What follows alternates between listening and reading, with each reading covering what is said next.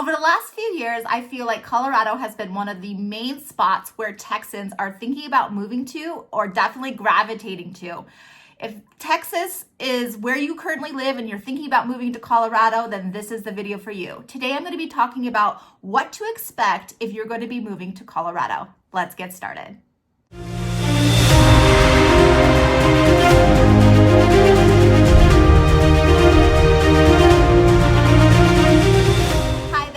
Here, and I am a local real estate agent in the state of Colorado, but more importantly, I am a native.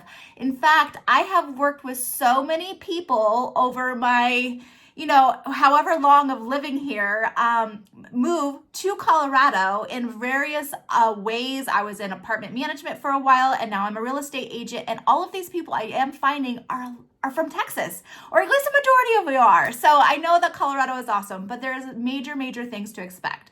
So let's just start off with the very first one. Colorado is more expensive. In fact, it's about 21% more expensive than the rest of the national average. And Texas, on average, is about 6% less than the national average. So if you're going to be moving to Colorado, you need to expect that. Not only in housing, rent, utilities, gas, all of that is going to be a little bit more expensive than you're used to. Now, that being said, you guys out in Texas don't have state property tax. Well, we do. Ours is right around 5%, but you guys have a lot more expensive housing or property taxes. So, and we actually have a lot lower. On average, our property tax out in Colorado is going to be roughly about 0.8 going up to about 1.2. So depending on, where you're at, what area you're moving into, what type of house, anything like that, it's going to be hovering right around the 1%. So you guys are quite a bit more than that. So I feel like overall, when you move here, the taxes are going to be probably evened out. They're just going to look a little bit different. Now, another thing that I find with my friends and clients who move out to Colorado from Texas is mainly our weather. Now, I know everybody talks about Colorado weather and how it can be very unpredictable, and they're not wrong, but that is not really the point of what people are experiencing once they get out here. Yes, that, but it's the lack of humidity I find to be the biggest culprit of what people are talking about. We have no humidity out here. You guys out in Texas are humidity crazy. Like, oh my God, I was just out there in September and I thought I was going to die. It was so hot and humid.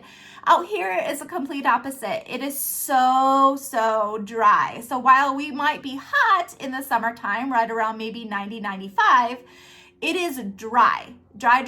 So you need to make sure you have lotion, chapstick, eye drops, and drink a lot of water. We thrive on water out here. You see people walking around with their Nalgene bottles and their big water bottles because we need a lot of water out here. So that is one of the biggest things. Also, like I said, we do have the 4 seasons, but what's really cool about those 4 seasons that, unlike Texas, I think, we are able to be outside year-round doing something because the weather is not really a factor when it comes to our lifestyle out here because there's always something to do. I feel like out in Texas, and correct me if I'm wrong, out in Texas it gets so miserably hot that a lot of people just don't even go outside. You need to take your kiddos to the park like early in the morning because in the afternoon it's just too hot. In the wintertime, it gets really icy and cold out in Texas, and you guys like shut down over ice. Out here, it's snowing, but it's still sunny. We have 300 days of sunshine out here, so it's still actually melting. You could still go outside. You could still go sledding and skiing and all of that kind of stuff out here. In fact, it's December right now, and you can still play golf. In fact, it's 60 degrees right now. But a couple days ago, it was like 30. So, I mean, you never really know, but that's what makes us so unique. But that is also a very much of a shocker to people who don't already live here, especially you Texans coming in who are not used to it. Okay, so I think it goes without saying that pretty much everybody knows that Texas is a very conservative state. And I do find that a lot of people are moving to Colorado to either get away from that or maybe they don't know what Colorado is the political climate is out here. For the most part, we're pretty purple. Depending on where you live, you're going to be very liberal, like towards the Boulder side, very, you know, conservative if you go maybe towards Douglas County or even up to Weld County. So it is going to depend on where you're at, but for the most part, we're pretty even keel.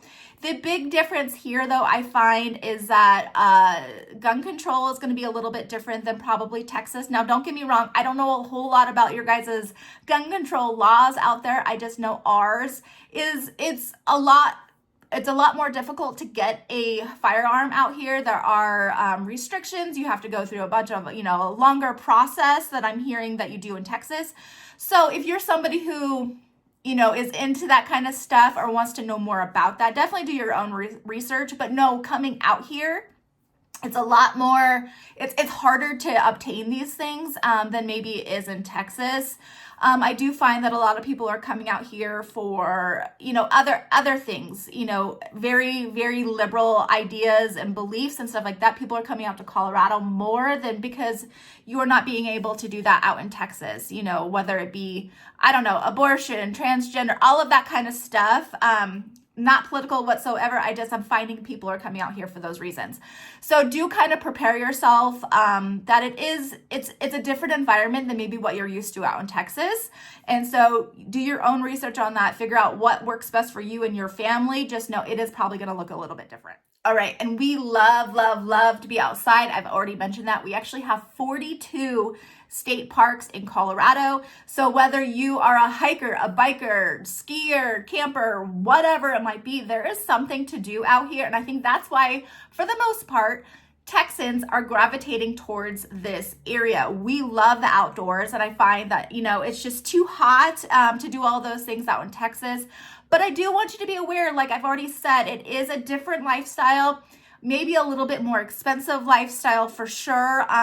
You know, our employment out here, it is great, just like Texas out there. I mean, I hear you guys' employment is great out there too. So the economy as a whole is great.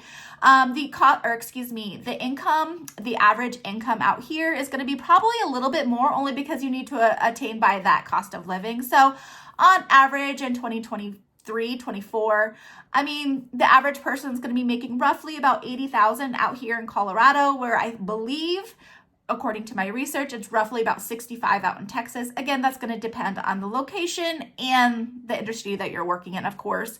But you are going to be making just a little bit more, but you're also going to be paying a little bit more. So do kind of keep that in mind.